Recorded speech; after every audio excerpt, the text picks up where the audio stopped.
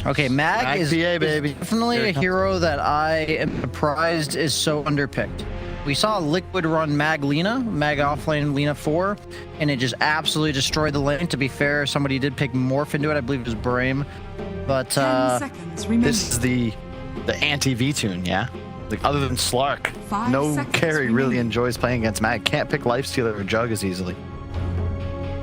You want an SNY builder, generally. True. Any hero that buys SNY, it's the ideal way to counter RP and other such AoE BKB piercing disables. Because there's really nothing else you can do about it other than just making it last 25% less. I always like the Baden against Mag. I think that's somewhat of a bait. It depends on the enemy carry. True. If the enemy carry is like a Slark, then no, a Baden feels pretty bad. But if it's like Mag plus Jug, I don't mind it. Yeah. The problem is, I guess, Mag is cool because you always have the ability to just slow things down. Because your carry can skip Fury, still farm pretty effectively. Meantime, that Abaddon, sure, it's good against preventing an RP initiation, but you don't pressure that carry at all. You're just purely defensive. Yeah, I want like a Timbersaws banned, so I mean, I honestly think they could consider going Axe first round. I'd be totally down for that. Okay, Tide. Axe Tide. I had this in mind as like a combo breaker. Yeah. Some guy that either saves you from the RP or doesn't mind getting RP'd. So Tide Hunter is going to be a body in these fights, and he also has a good lane partner with him so far. Yeah, I like this because Lina, you get all that attack speed from Fervor, so it takes advantage of the Gush minus armor, and because of the increase, Fiery Soul. Sorry. Holding you 5 accountable. seconds We'll continue. remaining. Yes. It also takes Lina away from Mag, which is a very powerful lane combo. Yes, agreed. And in addition, Gush is enough of a slow now to hit that increased radius on your LSA. It's quite a simple stun nowadays, actually. It's a ton of fun to play. Dude, I'm surprised people are not opening more second pick Lina dual lanes. Like, as a carry, what do you pick? You can always go mid as well. If you really see a great matchup for it, you want to give Lina more farm priority, you just throw it there. And as a matchup, like, Lina can't lose mid with 3 runes by 4 minutes. Just please tell me what you pick as a carry that wins this lane. Like, I actually, like, this is what I love about Lina first round. I straight up don't know how you beat it in lane. Yes, Lina's not some, like, perfect 4 position in game. She has weaknesses, such as like lack of mobility and generally pretty slow. She has to be a follow-up hero, but in lane she is terrifying, especially with the minus armor from Tide or like a continuous disable like Slardar or the Mag. I mean, anything like that. It's a long time to think about this pick here from VP. And they do just go the PA. Go for it. All right. So they're basically sacking their safe lane and saying, like, we have a PA Mag. It's fine. He's not going to have the perfect lane. He can buy some like raindrops and wraith bands and survive the lane and then hit some newts. And I wonder if this is something that, would VP consider this a strat or not? Because when we spoke to DM earlier this week, basically said that they were beating everybody by just playing good heroes. Yeah. They didn't really use anything. They'd had some strategies they were saving for either Spirit, not Na'Vi, but Spirit, or the Major. So this is just a straight up first 2 Mag PA. So do they just think it's good and it's like a throwaway draft? Or is this something that they've worked on and just think is too high of a power level right now? Is it possible with the 3 bans that there's not enough heroes, carry heroes left that you want to run with Mag? Like PA, Juggernaut are the first 2 that come to mind that I would instantly ban, right? Do you feel like there's too many bans? A lot of the heroes are pretty underwhelming.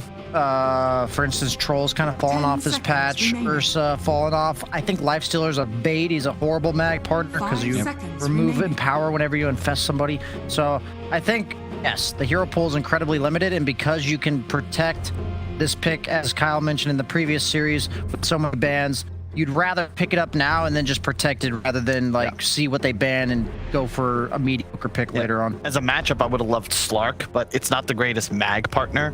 Troll's all right, but kind of same deal. It's just really poor Mag. Slark is a situational Mag partner. He's one that you would pick like 8th because it's the perfect Slark game and you haven't actually carried it. Yeah. Mag PA is just good. Like, it just, at some point, it'll work. PA gets 3 items, a free Battle Fury.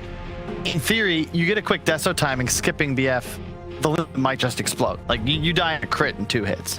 This is very straightforward from Virtus Pro. First phase, okay, we're going to take away some of the first pick Icebreak heroes. Doom, Storm. Second phase. All right, we're just gonna ban away a bunch of E-Tunes heroes. Yep. I think Tide, though, is very nice in lane versus PA. You benefit a lot from the stick charges. Keep in mind that every flaner will buy stick against PA because of how many daggers are coming out.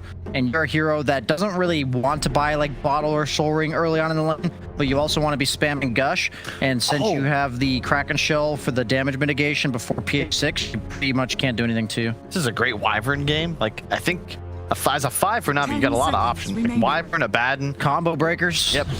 You pick something, then 5 seconds remaining. do you want to last pick V-Tune's hero? I'm really not sure. Navi, this is tough to draft as second pick. And they'll just go for they're gonna Iceberg. last pick. They're gonna last pick V-Tune's hero. Okay. I think Puck's fine, because it's not as much a combo breaker, but it's another hero that's difficult to RP and also controls the PA in fights. He does need the BKB super early on the PA, but Man, I'm a bit concerned. Really, 5 seconds I feel like they trust V-Tune's hero pool so much. He's already had 3 heroes banned away from him. He's gonna have another 2 by That's the what time I'm he gets the concerned last about. pick. That's And exactly it's what I'm like concerned they about. still believe that he's gonna have a hero that is gonna be good for the game and that he can play. That's a lot of trust. He's gonna have to pick a hero that's kind of mediocre at PA, and I think that's fine simply because PA's lane should be a little bit rough, and now they've also drafted the Puck. So if they can draft either one more threat to the PA or a hero that saves the carry from PA, those are the 2 options. But It's we discussed this a lot of like gold based damage and XP based damage. Navi, just by casting spells, they've got plenty of by power. You really need time to come online. Void Spirit, all right, but you're all about hit and run right now. There's no such thing as a team fight until they have multiple BKBs online. is this a Mag 5, you think? Yeah. Kind of has to be, unless they want to pick first their 3 cores. I feel like you're gonna lose that lane really hard though. 5 seconds Tide remaining. Lena Yeah, with the you'd have to get creative, that's for sure.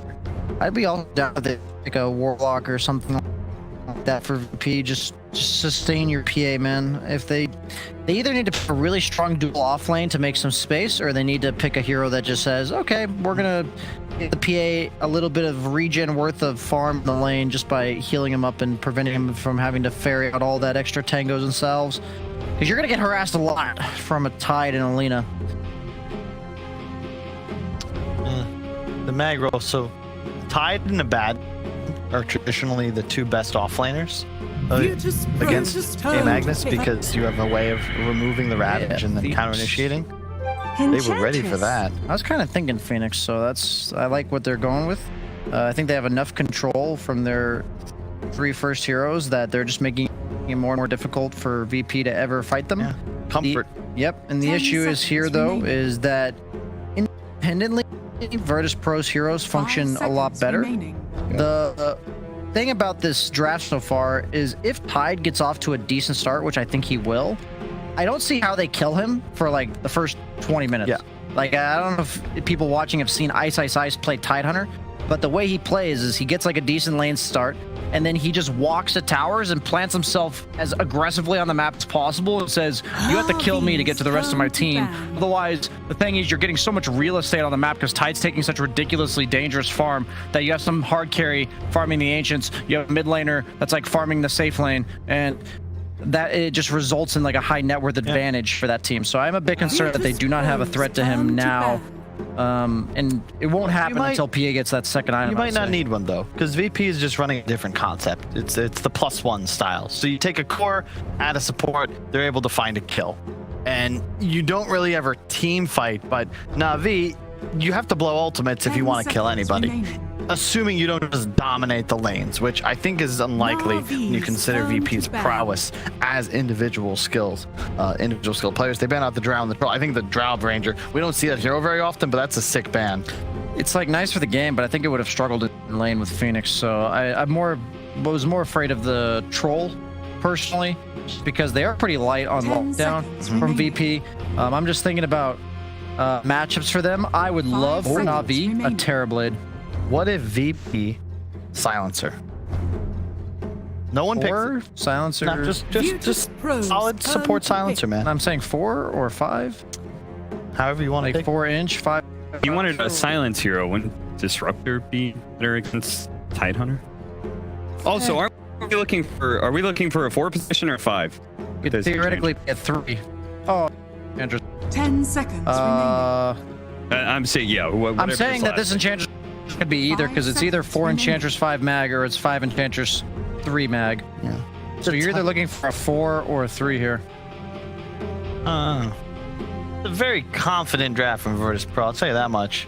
I feel like the Enchantress is 5 because they need that kind of hero. Okay. Good call there. Disruptor. Medusa. Yes.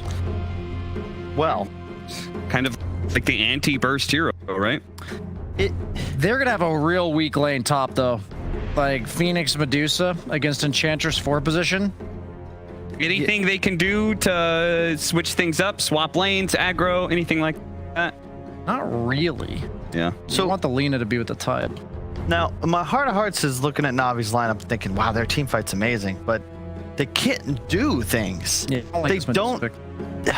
I liked it up until the Medusa. I don't know what other route, because they didn't have anything that could play around the RP. Now they're just trying to eat it.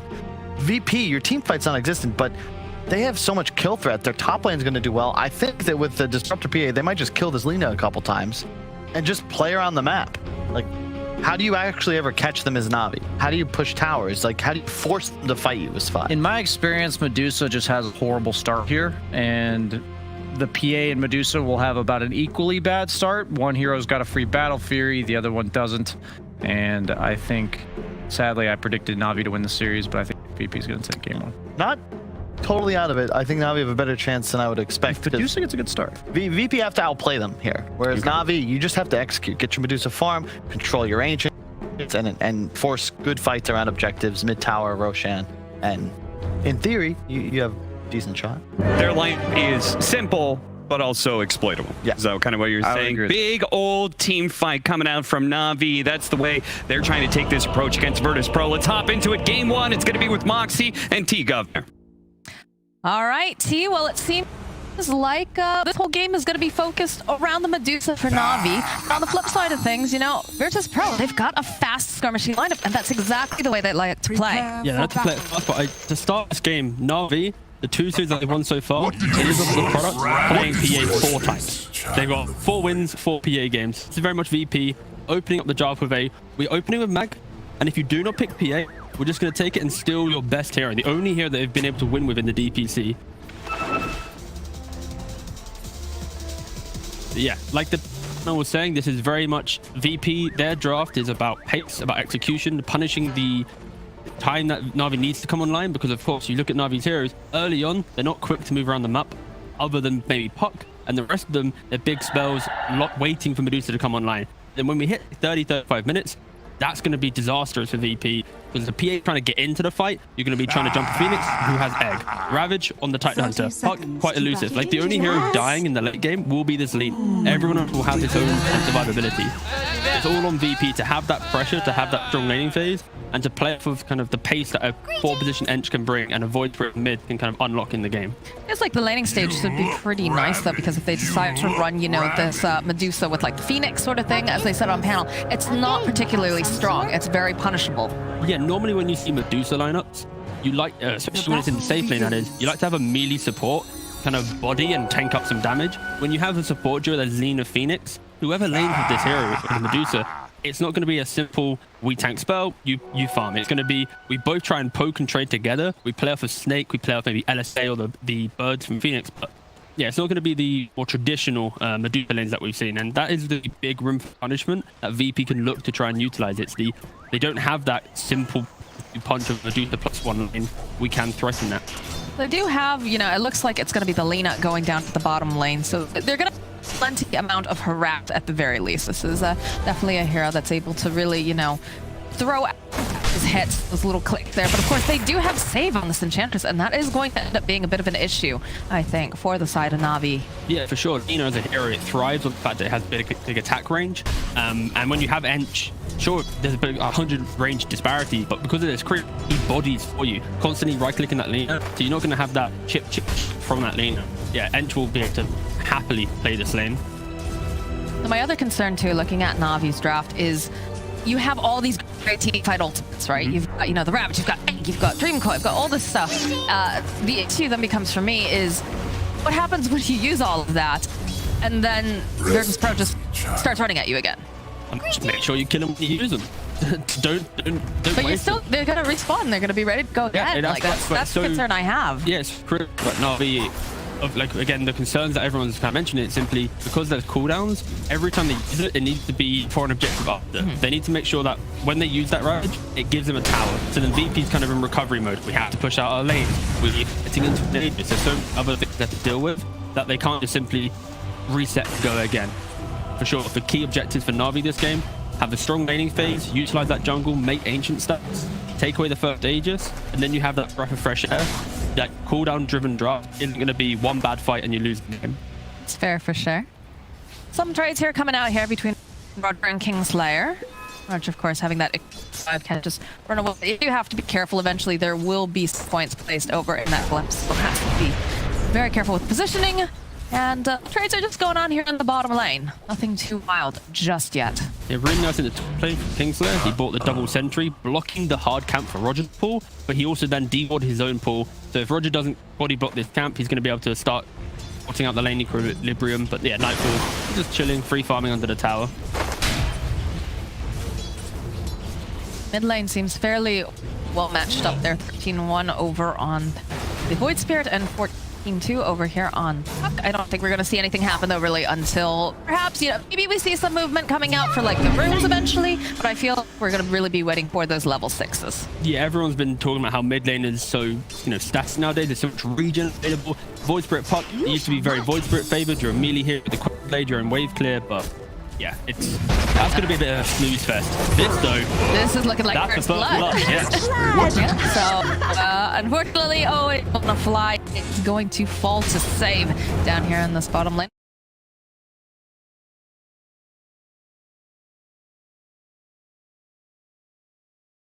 Right.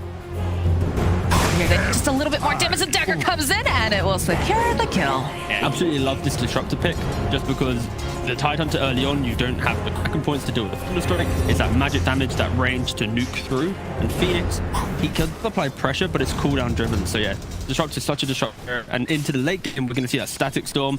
You can't get rid of that as a Tide. Potentially looking at maybe like a BKB purchase on the Tidehunter if he's the key focus from the target. But yeah, that's later on. But for now, lane phase is very difficult with the Dagger spam, Thunderstrike. Yeah, really good Disruptor pick for sure.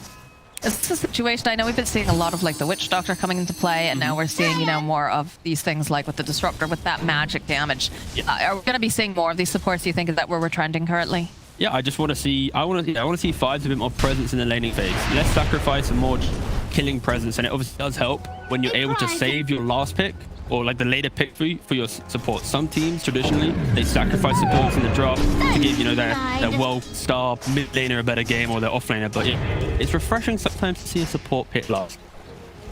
I like it. I'm a support player. Yeah, that's what I'm saying, yeah. I think it's great when you get the priority here. But this wild thing with the tornado is already causing a little bit of issues. The skewer back over here on V2. They're just plunking away, though. Not going to be able to do any kills just yet here to this Medusa, but definitely trying to apply as much pressure as possible and create a little chaos. Yeah, the key thing here is who's winning the lane well enough that the support can then retreat to make the stacks in the jungle. Always want to fly, he'll never be able to leave this lane. And that's potentially on the edge. Makes an aggressive play, quickly resets, start making the stacks, and that's the efficiency of the map right now. We'll be seeing that in the next couple of minutes potentially. But yeah, Ramsey's every time he steps up to this lane, you're going to be tanking a level 2 Thunderstrike and Dagger spam. Sure, he has to stick to bring a health now, but it's just a little bit too much damage to deal with. There's the aggressive dive here on Roger. Should be thinking about it. Just making him out. To be very careful simply because of the glimpse potential from Kingslayer as well. Bottom lane. And again, a little bit more pressure placed on Owen. Normally, I would say, you know, with the Tidehunter, you can leave this hero alone in the lane, right? But because they do have that magic damage, it's just too difficult for Ramses. Because usually, you know, Roger can be able to rotate. And if you do see that Roger is trying to, you know, make some of these moves over here, probably trying to do a bit of stacking and whatnot. Yeah, this is critical. He has to be okay. Not stacking Ancients though, Roger. Would have preferred that, but to try and just make one stack secure the rune. But yeah, I feel right now Ancient stacks are so important because VP, it's not like they have this tower pressure in their draft. They're going to play around maybe the edge creep and a catapult wave, but it's not that